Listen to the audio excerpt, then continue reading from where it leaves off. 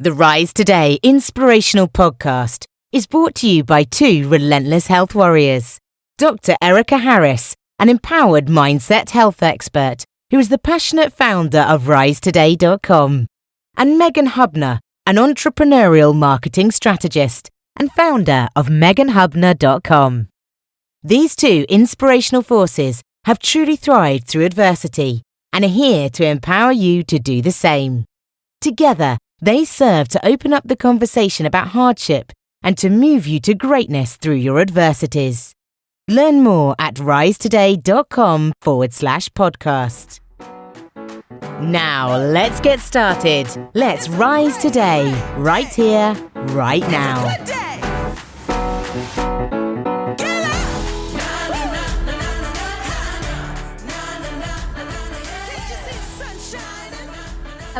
Hello, and welcome back to our Rise Today community. We are so happy to have you here, and we truly hope that you loved our last episode as much as we did, where we featured our guest, Brian Bachand, the founder of Evolution. And Brian inspired us all to take inspired action and to take charge of our happiness and success by finding and fueling our life's passion. And we hope we found inspiration to own your evolution. And today we have a very special guest with us. We have Andrew Arida here today with us. Andrew is a passionate family man. He's very happily married and he has two beautiful young boys. Andrew had previously served in a great career at the University of British Columbia. But all that changed in the blink of an eye when Andrew learned he was facing a trying cancer diagnosis. So we welcome Andrew here today, who is an absolute cancer warrior. And he's here today to share the hardships of his journey and to share the tools that we can all use to help us stay the course. Megan, will you please help me welcome Andrew? Hi, Andrew, and hello, all of our listeners today. Welcome to episode number 13. We are so thrilled that you are here with us today. So if you worked at UBC, does that mean that you are a BC resident as well? Yep. Okay, fantastic. So you're in our home province here. Wonderful. So thank you for joining us today. Now, Andrew, can you take us a little bit back to sort of, you had a, full-time position that you were working in, and then you were faced with this challenging diagnosis. So how long ago was this? So I was diagnosed in September of 2019. Okay. And things moved pretty quickly. Okay. I had a surgery about 1 week after being diagnosed. Oh, that's quick. Okay. It was very quick. Yeah. I was actually in Calgary at the time, and Calgary wanted to do the operation immediately. Oh, wow. But the attending physician said, no, if you live in Vancouver and your family's in Vancouver, just wait till you go back to Vancouver and get it done there. Mm-hmm. So we did that. The surgery was successful, and then ever since then, it's just been treatments. Okay. So you've been in a treatment essentially for a year now. Yeah. So Andrew's life changed literally in the blink of an eye. Andrew, remind me, was this a personal or professional trip you were on to Calgary? It was a personal trip. It was a personal trip. And so Andrew is on vacation in Calgary. I know he's with some good friends, and he just isn't feeling his best. And his friends happen to notice. And fortunately for his friends, this is what embarked and sparked the process of Andrew really learning all that he was facing. So take us back to that time, Andrew. Take us back to how that all unfolded and how you were feeling, and please take us back to that point. Well, I mean, I wasn't feeling particularly good. I was with friends, and I was there for a musical show because we're all musicians. And I was not really playing very well. And people there said, what's the matter? You're not your usual self. Mm-hmm. And I said, well, I've been having some medical problems. The doctor doesn't think it's serious. He thinks it's just a sinus infection. He's given me medication. He said it's going to take about 3 or 4 days for the medication to kick in. I'm on day 2 right now. So let's not panic. But there was a really strong feeling that I wasn't myself.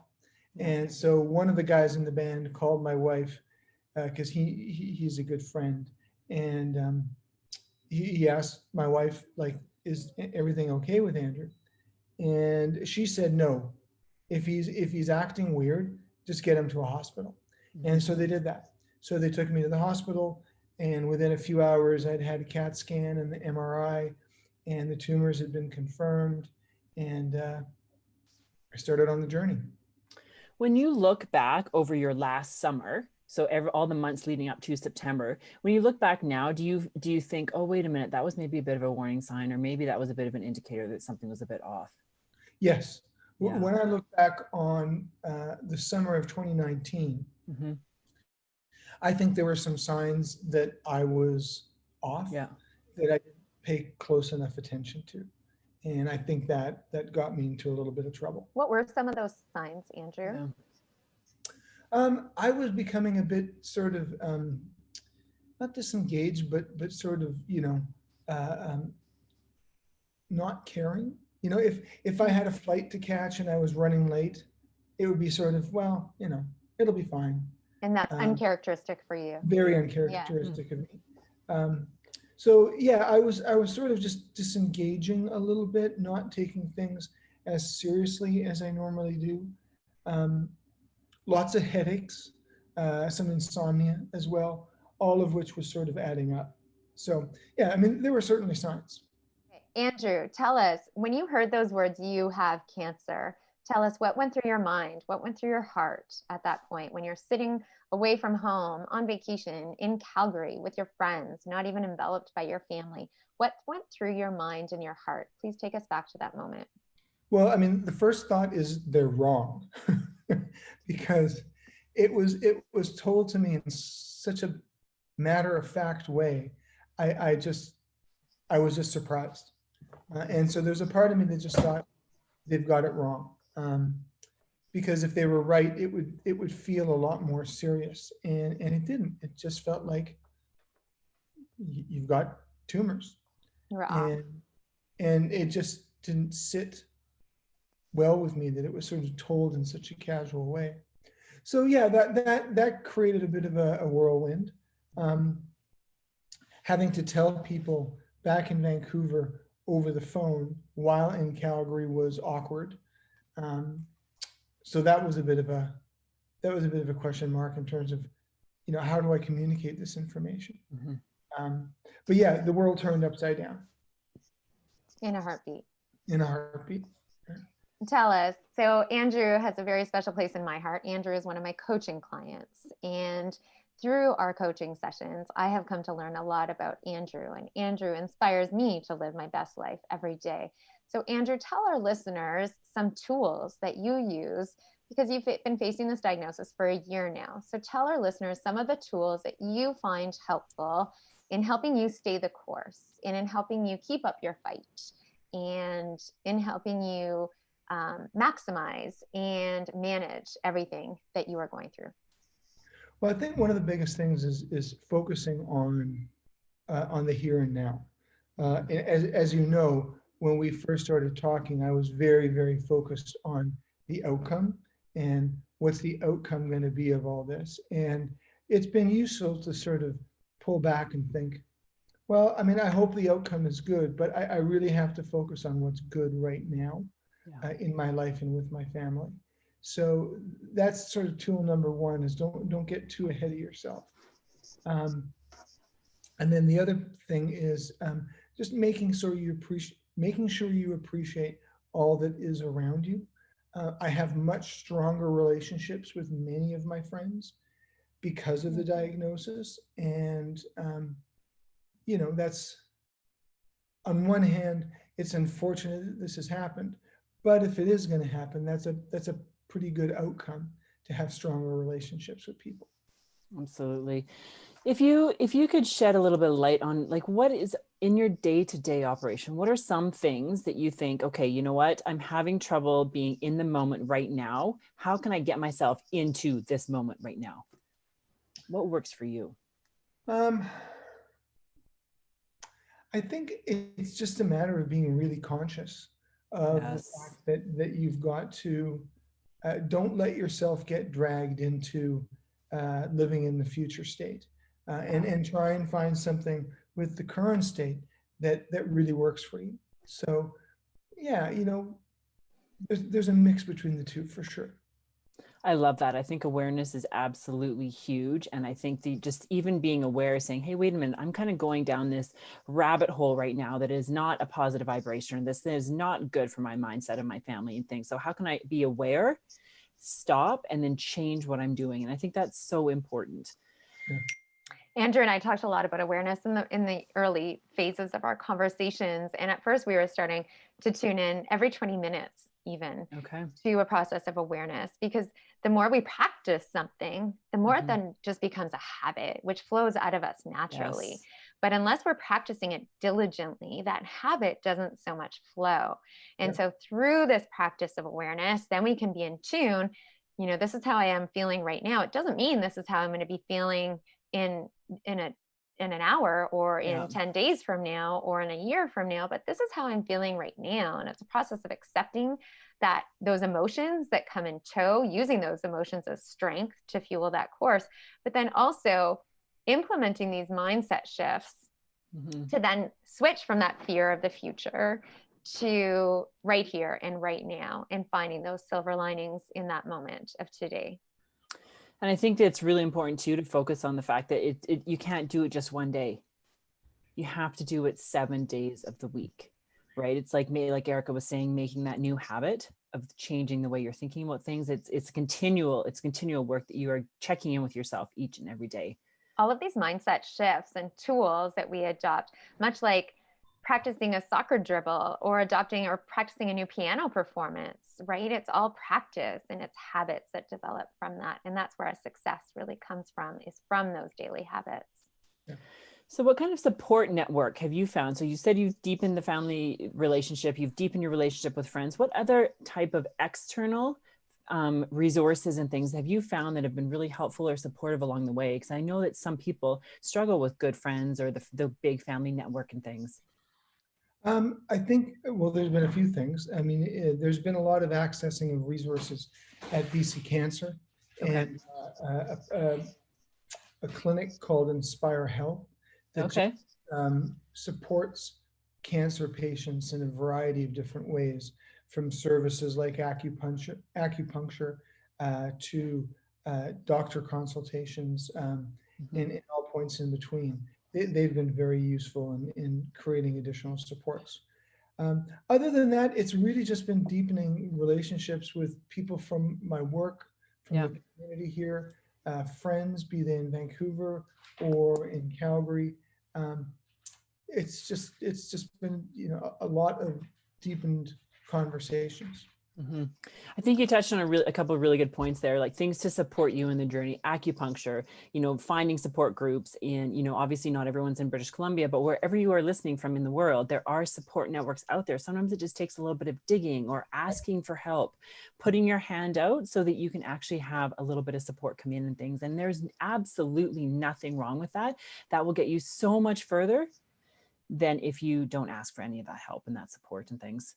So important. And what we've talked a lot about is taking control of those areas that we can take control. Yes. We can take charge, and feeling empowered by implementing changes in our nutrition habits and activity habits to feel control over what we can control. And Andrew has done a phenomenal job of both of those. I am so proud of Andrew for his pursuits.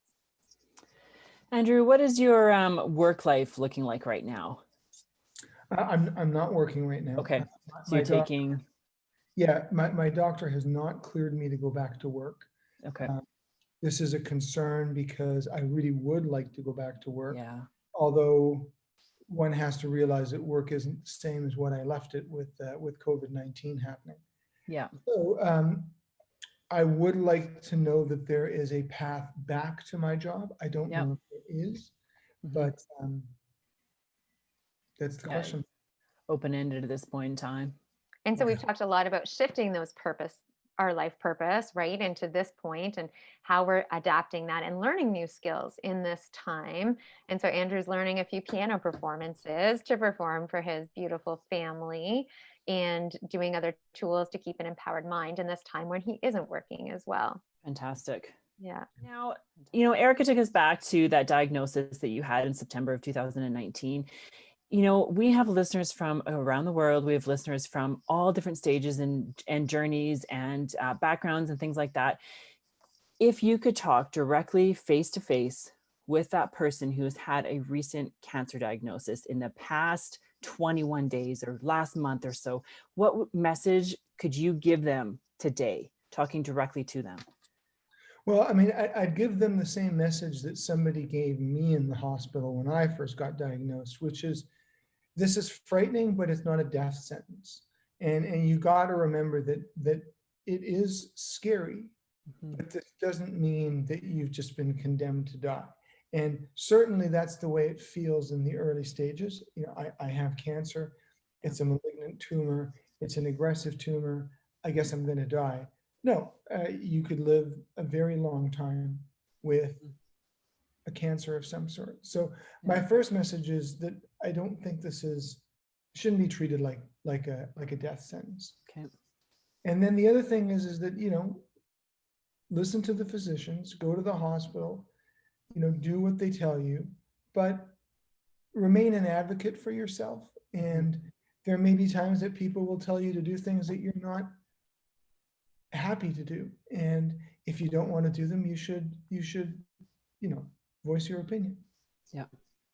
Those are really powerful messages. Thank you. That is, that gives me so much fire on my insides, and I can just feel you coming to the episode today with such heartfelt information to really take control of your health, to take control of, your journey and things. And really, like you said, breaking it down to finding the gratitude in every single day and being in the present, in the moment, right here and right now. Yeah, absolutely. Tell us, what's a message for your children if they were to face adversity? What's a message for your beautiful wife? What can we share with them? I mean, the message is, don't give up. Try hard to push through and maintain a positive outlook on things. So, I mean, which I think is sort of a good universal message. I don't know how that would apply to the boys, seeing as, Jude's 14 and Luke's 11. They're pretty young to ever have to deal with something like this. I don't even want to think about that. But well, I think you're setting the stage, right? And how you're facing adversity. Adversity comes in all different forms, and the stage you're setting for them and the example that you're setting, it's truly inspirational. Well, thank you. Andrew, I really want to touch on another point that is really pertinent to our listeners who are also facing a trying health diagnosis and the impact that this diagnosis may have on their relationships. And I know you are happily married.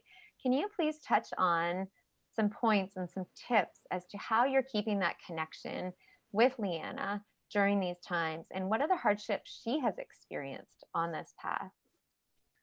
Well, it's, as you can imagine, it's been a very, very difficult path for her. She, she is facing the prospect of, losing her partner, becoming a single parent.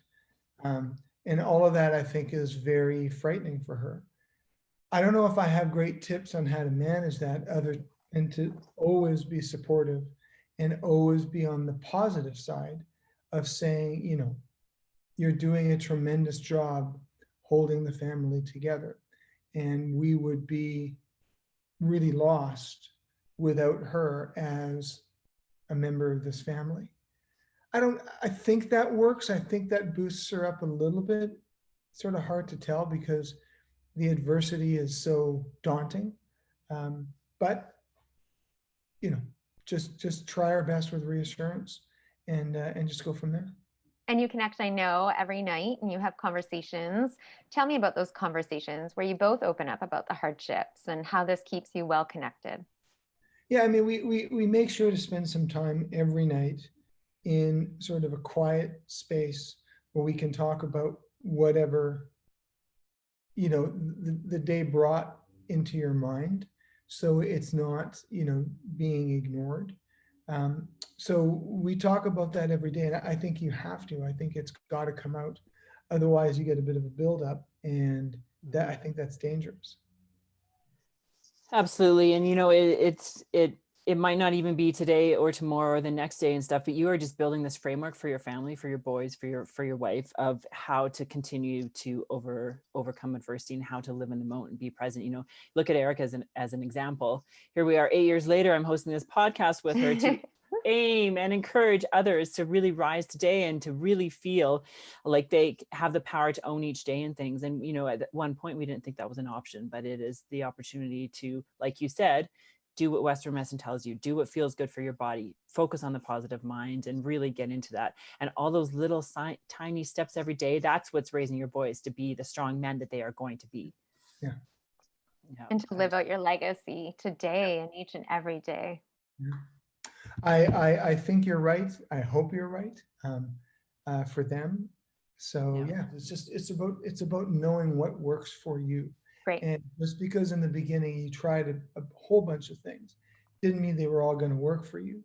And when you find out that they don't, it's okay to let them go.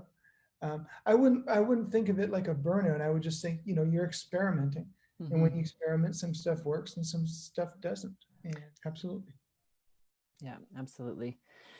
Oh, well, thank you so much for joining us on the episode today. We really, really appreciate your heartfelt, this, you guys, this is real time. This is it's been a year now, right? It's just been over a year, I guess, since you've had your diagnosis. So you are in the throes of treatment. You are coming to us today with a different perspective than people that are just newly diagnosed or that people have been living with for a while now and things. So we really appreciate your open, honest feedback as to what has helped you and just really kind of sharing your heart today. Thank you.